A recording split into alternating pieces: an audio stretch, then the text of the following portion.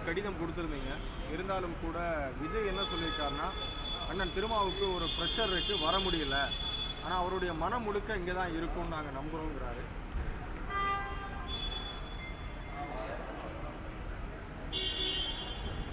புரட்சியாளர் அம்பேத்கர் அவர்களின் நினைவு நாளான இன்று எல்லோருக்குமான தலைவர் அம்பேத்கர் என்கிற நூல் விகடன் பதிப்பகத்தாரால் வெளியிடப்பட்டிருக்கிறது.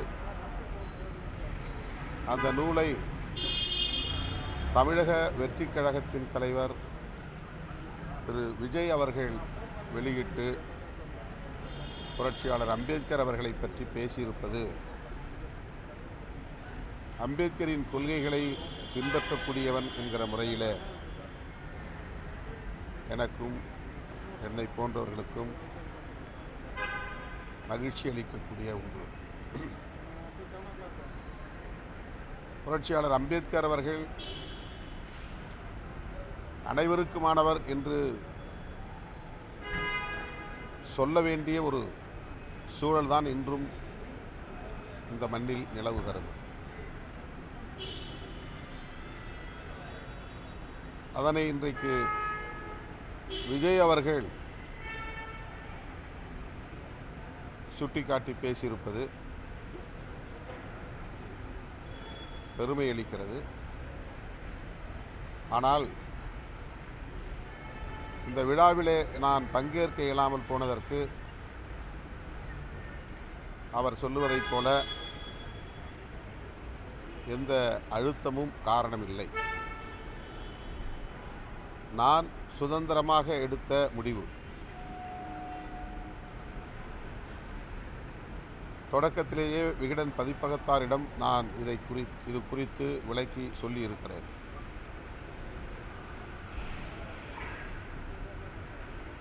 திரு விஜய் அவர்களும் நானும் ஒரே மேடையில் நூல் வெளியீட்டு விழாவிலே பங்கேற்கிற சூழல் எழுந்தால்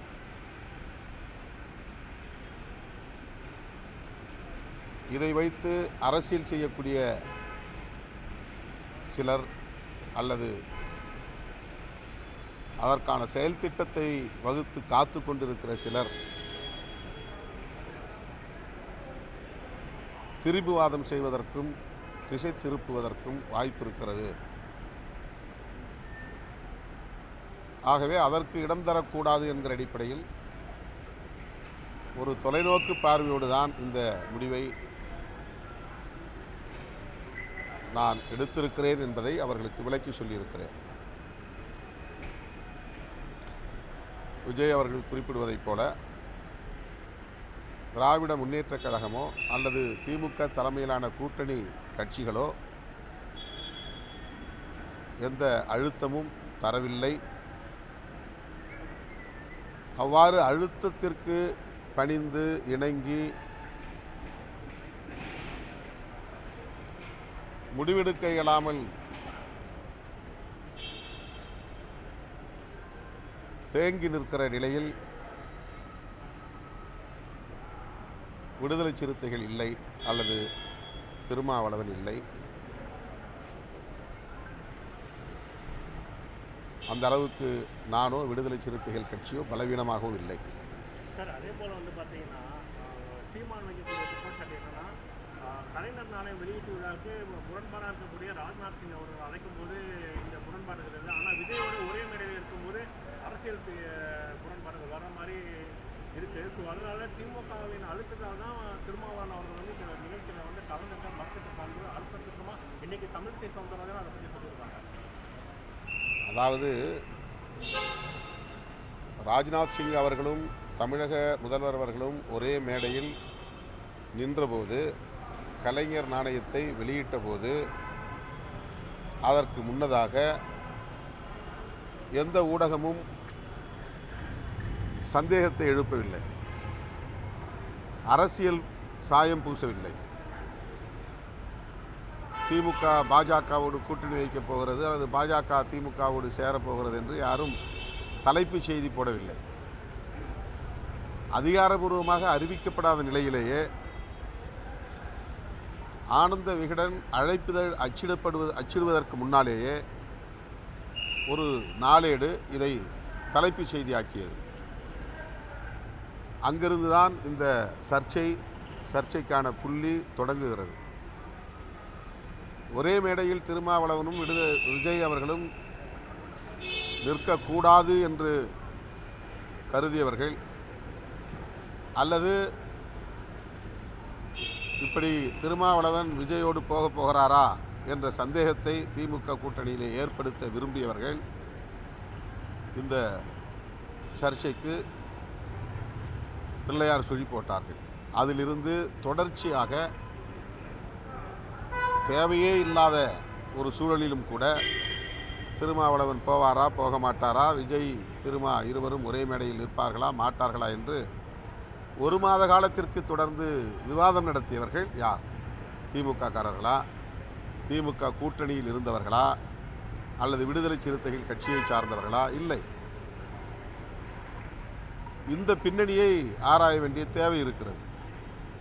ஒரு நூல் வெளியீட்டு விழாவை அரசியல் நிகழ்ச்சியாக மாற்றுவதற்கு ஏற்கனவே அவர்கள் முடிவெடுத்து விட்டார்கள், மடைமாற்றம் செய்து விட்டார்கள். மீண்டும் அவர்களுக்கு ஒரு வாய்ப்பு கொடுக்கக்கூடாது, வெறுவாய்க்கு அவல் கொடுத்த கதையாக மாறிவிடும் என்கிற நிலையில் சுதந்திரமாக நான் எடுத்த முடிவு. இதில் எந்த அழுத்தமும் இல்லை. 200க்கு இடங்களில் இருமாப்புடன் வெல்வோம் அப்படின்னு சொல்லிட்டு இருக்காங்க. ஆனால் அதுக்கு மக்கள் மைனஸ் பாடம் புகட்டுவார்கள்னு விஜய் பேசுகிறாரு. அதே மேடையில் மன்னராட்சி முறைக்கு முடிவு கட்டுவோம், ஒரு தலித் கருத்தியல் சிந்தனை கொண்ட ஒருவர் முதலமைச்சராக வர வேண்டும்னு ஆதவ் அர்ஜுன் பேசுகிறாரு. ரெண்டு பேருடைய கருத்து. ஆதவ் அர்ஜுன் அவர்கள் பேசிய கருத்தில் எனக்கு உடன்பாடு இல்லை. அவர் என்ன நோக்கத்தில் அதை சொன்னார் என்று எனக்கு விளங்கவில்லை. அந்த கருத்தை நான் மறுக்கிறேன். விடுதலை சிறுத்தைகள் கட்சி மறுக்கிறது.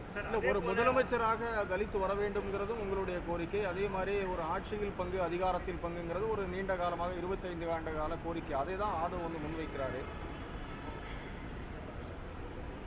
அதாவது நம்முடைய கொள்கை சாதி ஒழிப்பு. ஆனால் உடனடியாக அது சாத்தியமா என்றால் இல்லை. அதே போல நம்முடைய கொள்கை சமத்துவம். ஆனால் உடனடியாக அது சாத்தியமா என்றால் இல்லை. அதுபோல எளிய மக்களுக்கு அதிகாரம் வேண்டும் என்பது நம்முடைய கொள்கை, நம்முடைய நிலைப்பாடு, நம்முடைய விருப்பம், நம்முடைய வேட்கை. ஆனால் அது உடனடியாக சாத்தியமா என்றால் அதற்கான சூழல் தமிழகத்தில் இன்னும் கனியவில்லை என்பது என்னுடைய கருத்து. நாங்கள் ஏற்கனவே அந்த நிலைப்பாட்டை கொண்டிருக்கிறோம் என்பது உண்மைதான். 25 ஆண்டுகளுக்கு முன்னரே இதை நான் மேடைகளில் மூப்பனார் அவர்களை வைத்துக்கொண்டு பேசியிருக்கிறேன். ஆனால் இன்னும் தமிழகத்தில் அதற்கான சூழல் உருவாகவில்லை என்பதுதான் யதார்த்தமான உண்மை. எனவே ஒரு இலக்கை நோக்கி நாம் பயணிக்கிற போது சாத்தியக்கூறுகளையும் கணக்கில் எடுத்துக்கொண்டு தான் திட்டமிட முடியும். நம்முடைய நோக்கம் என்னவாக வேண்டுமானாலும் இருக்கலாம். ஆனால் நடைமுறை சிக்கல்களை எவ்வாறு எதிர்கொண்டு அவற்றை நிறைவேற்றுவது, அந்த இலக்கை எட்டுவது என்பதில் நாம் வகுக்கிற உத்தியை பொறுத்து தான் அது அமையும். இப்போது ஆதவ் அர்ஜுன் அவர்கள் சொல்லுவது நாங்கள் சொல்லுகிற அதே, அதாவது விடுதலை சிறுத்தைகள் தொடக்க காலத்தில் சொல்லுகிற அதே கருத்து தான் என்றாலும் கூட இன்றைய சூழலில் அது பொருத்தமில்லாதது என்பதை ஏற்கனவே நான் பதிவு செய்திருக்கேன். ஆதவ் அர்ஜுன் மீது நடவடிக்கை எடுக்கப்படும் கடந்த முறையே சொல்லியிருந்தீங்க. ஆனால் இந்த முறையும் அந்த மாதிரியான நடவடிக்கையோ இல்லை விளக்கம் கேட்கப்படுமா, இல்லை உறுதியான நடவடிக்கை? கட்டாயமாக உயர்நிலைக் குழுவில் ஏற்கனவே நாங்கள் விவாதித்தபடி அவருக்கு விளக்கம் கேட்டு நாங்கள் நோட்டீஸ் அனுப்புவோம். அவர் கட்சியில் முக்கியமான ஒரு பொறுப்பில் இருக்கிறார். ஒரு முன்னணி பொறுப்பு, அது துணை பொதுச் செயலாளர் என்பது.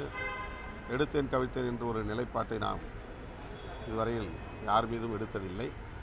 ஆகவே கட்சியின் முன்னணி தோழர்களோடு கலந்து பேசி கட்சியின் கட்டுப்பாட்டை கேள்விக்குள்ளாக்கக்கூடிய வகையில் ஆதவ் அவர்கள் பேசி வருகிறார் என்கிற ஒரு நிலையில் உயர்நிலைக் குழுவிலே ஏற்கனவே நாங்கள் விவாதித்தபடி அறிக்கை அனுப்புவோம். விளக்கம் கேட்போம். திருமாவளவன் இந்த நிகழ்ச்சிக்கு வராவிட்டாலும் கூட அவருடைய மனசு முழுக்க இங்கே தான் இருக்கும்னு விஜய் பேசியிருக்காரு. உங்கள் மனசு அங்கே தான் இருந்ததா? அவருடைய மனசு மேடையில் இல்லை, என்னை நோக்கியே இருந்திருக்கிறது என்று மட்டும் என்னால் புரிந்து கொள்ள முடிகிறது. அவர் அங்கே இருந்தாலும் நான் எங்கே இருக்கிறேன் என்று அவர் எண்ணிக்கொண்டே இருந்திருக்கிறார்.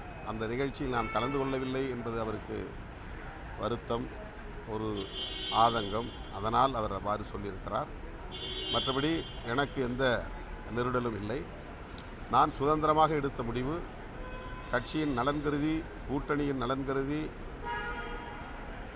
சனாதன சக்திகளின் சூழ்ச்சிக்கு பலியாகாமல் இருக்க வேண்டும் என்கிற உறுதிப்பாட்டோடு எடுத்த முடிவு. சார், அதே போல இந்த வேலை விஷயத்தை தற்போது தற்பொழுது வரைய திராவிடம் பேசப்படுகிற அரசு அந்த விஷயத்தில் எந்த ஒரு நடவடிக்கையும் எடுக்கவில்லை அப்படின்ற மாதிரி சொல்லியிருக்காரு. அதே போல நேற்று பார்த்தீங்கன்னா இந்த பல்லாவரம் பகுதியில் கழிவுநீர் குறித்த விஷயத்தில் 3 நபர்கள் இறந்துருக்காங்க. அதில் அமைச்சர் சாம்புவான் மக்கள் மீது தான் குறை இருக்கிறது போன்ற ஒரு குற்றச்சாட்டு மக்கள் மேலே சொல்லியிருக்காரு. ஆனால் இது பார்த்தீங்கன்னா முழுக்க முழுக்க நிர்வாகத்தோட செயல் குறித்து அண்ணாமலை, எடப்பாடி உள்ளிட்டவர்களும் கண்டனம் தெரிவிக்கிறார்கள்.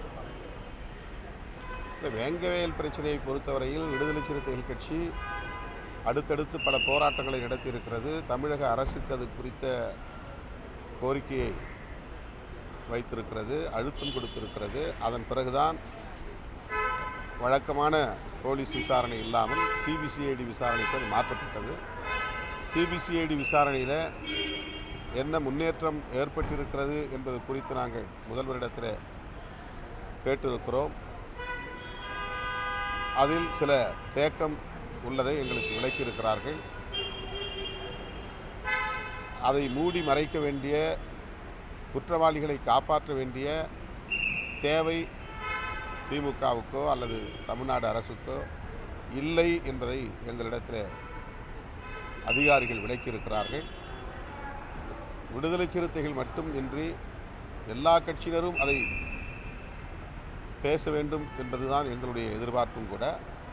வேங்கவேல் பிரச்சனை பற்றி விஜய் பேசுகிறார் என்றால் அதை வரவேற்க நாங்கள் கடமைப்பட்டிருக்கிறோம். ஆனால் அதிமுகவோ அல்லது வேறு எதிர்க்கட்சிகளோ வேங்கவேல் பிரச்சனையில் ஏன் குற்றவாளிகளை கைது செய்யவில்லை என்று எந்த போராட்டங்களையும் அவர்கள் எடுக்கவில்லை.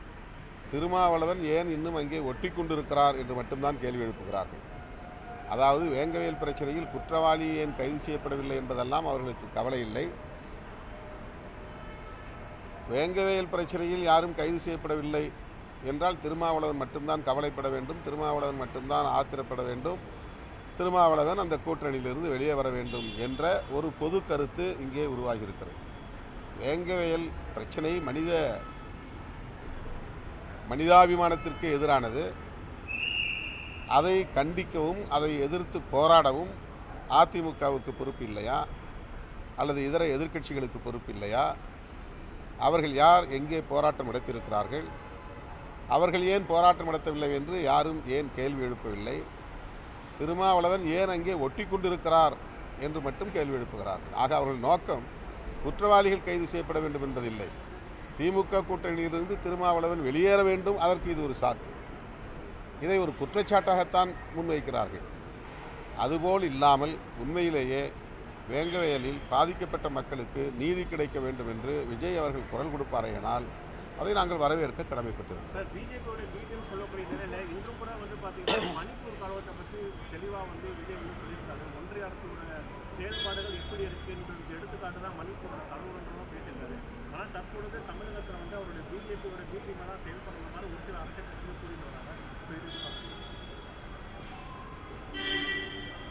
மணிப்பூர் விஷயத்திற்கு நாங்கள் எல்லாம் போராட்டம் எடுத்திருக்கிறோம். விமர்சிப்பவர்கள் எத்தனை பேர் மணிப்பூர் பிரச்சனைக்காக போராடி இருக்கிறார்கள்? இந்திய ஒன்றிய அரசு மணிப்பூர் பிரச்சனையில் எவ்வளவு மெத்தனமாக இருக்கிறது என்பது எல்லோருக்கும் தெரியும். ஆனால் தமிழ்நாட்டில் ஓரிரு கட்சிகளை தவிர, ஒரு சில கட்சிகளை தவிர வேறு யாரும் அதை எதிர்த்து பெரிதாக போராடவில்லை, அலட்டிக்கொள்ளவில்லை. திமுக அரசை குறை கூற வேண்டும், அதை மட்டும் கூறினால் சரியாக இருக்காது என்று அவ்வப்போது பிஜேபியை எதிர்ப்பதைப் போலவும் சில பேர் தொட்டு காட்டுகிறார்கள்.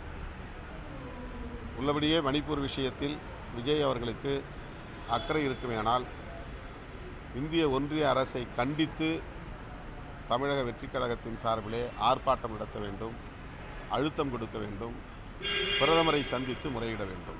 இது என்னுடைய வேண்டுகோள். ஓகே